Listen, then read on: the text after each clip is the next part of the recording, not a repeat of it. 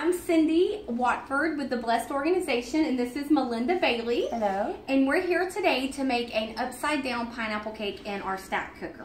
So Melinda, I'm going to instruct you on how to do this. This makes for a great party demonstration. You're going to take 4 tablespoons of butter, and you're going to take the unsalted butter, and we're going to drop it inside the stack cooker. Now, if you notice while Melinda's doing that, we have the stack cooker with the cone. Melinda's also going to take 1/4 of a cup of brown sugar, and she's just going to pour it around. And you don't have to smooth it out, Melinda, because we're actually going to melt this. We're going to take 1/4 of a cup of brown sugar, 4 tablespoons of butter. We're going to pour it around in the stack cooker, and we're going to throw it in the microwave for about 30 seconds.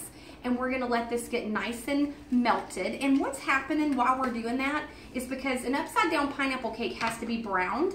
And so this is going to be absolutely beautiful and come out very nice and browned when we flip it out. Okay, so Melinda, throw that in the microwave for 30 seconds.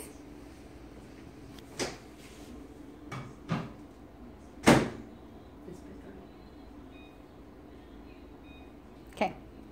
All right, so now we've got our melted butter and our brown sugar in the bottom of our stack cooker with our cone. And so Melinda, what you're going to do now is you're going to open your can of pineapple. Now Melinda's using our Tupperware can opener. It's one of the best products out there in my opinion. The Tupperware can opener doesn't actually cut the can, it separates the glue from the can. So if you've ever been cut by a can, you know how painful that can be. When you use the Tupperware can opener, that will never happen again. So Melinda, thank you very much for that. I'll take that off your hands. Now, what Melinda's doing is she's putting the juice from the pineapple instead of water, and she's going to pour that into our Power Chef first. You need a little bit more water, Melinda? Yes. That's good. Okay. Now Melinda's making a yellow cake mix just like the back of the box says. So this we're going to just stick to the recipe on the box. It calls for a cup of water, it calls for 1/2 cup of vegetable oil, and it calls for 3 eggs. Now Melinda's putting all that down inside of our Power Chef. And the Power Chef with the paddle whip can work just like a blender or a mixer by hand. And so we're going to add all that together, and we're going to get it all mixed together with our cake mix. Also, the Power Chef comes with the smaller piece, which is our chop and prep. The chop and prep is amazing for chopping up everything from onions to carrots to diced tomatoes. Awesome, Melinda. So Melinda's just going to connect the top on there. She's going to pull the string. It works, it's called an engine. It works just like a lawn mower. Awesome. So Melinda, now you're going to add the cake mix. And one of the rules to the Power Chef is add your liquids first when you're doing any sort of cake mix or pancake batters and things like that. Yep. We're going to take this off. We're going to add the cake mix in. I like to add 1/2 the box of cake mix and then whip it to some more, and then add the rest of it. Perfect, perfect. So #1 rule when you're doing your cake mixes and your pancake mixes is you want to add your liquid ingredients first. I'll hold that for you, Melinda. All right, so we're gonna put our collar back on. It's got little ridges, it locks in place, just turns in. And then we're gonna snap the engine on. There you go. Just gonna snap the engine on. I don't think it's on that side. I know. Oh, there you go.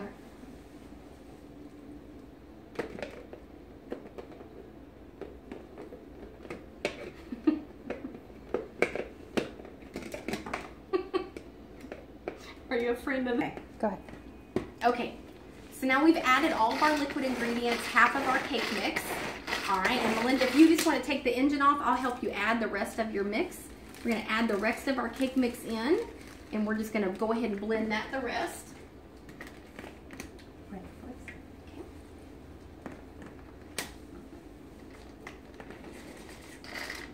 Awesome, awesome. So if you notice Melinda's doing slow strides and pulls, it's because that cake mix is going to start getting thick.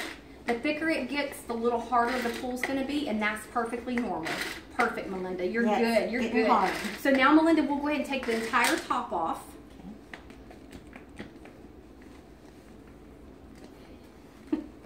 Hold on. Awesome, awesome. And so, Melinda, what you're going to do now is you're going to take your pineapple rings, and you're going to take and place your pineapple rings all around, as many as you can get in there. Usually you can get about 4 to 6 of them in there. And then what we're going to do, just like a typical pineapple upside down cake, is we're going to put in the center of our pineapples, we're going to put some little cherries down inside of there. Perfect, perfect. So that nice butter and brown sugar is going to cause a glaze when we flip it out, and you're just going to absolutely love it. This is one of the favorites at a party.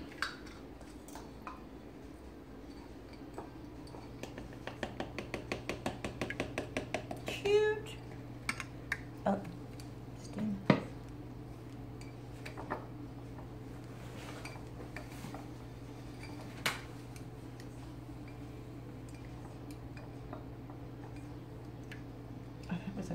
A double one, I think. Okay. Okay, so now Melinda, you're just going to pour the cake mix over the pineapples and the cherries.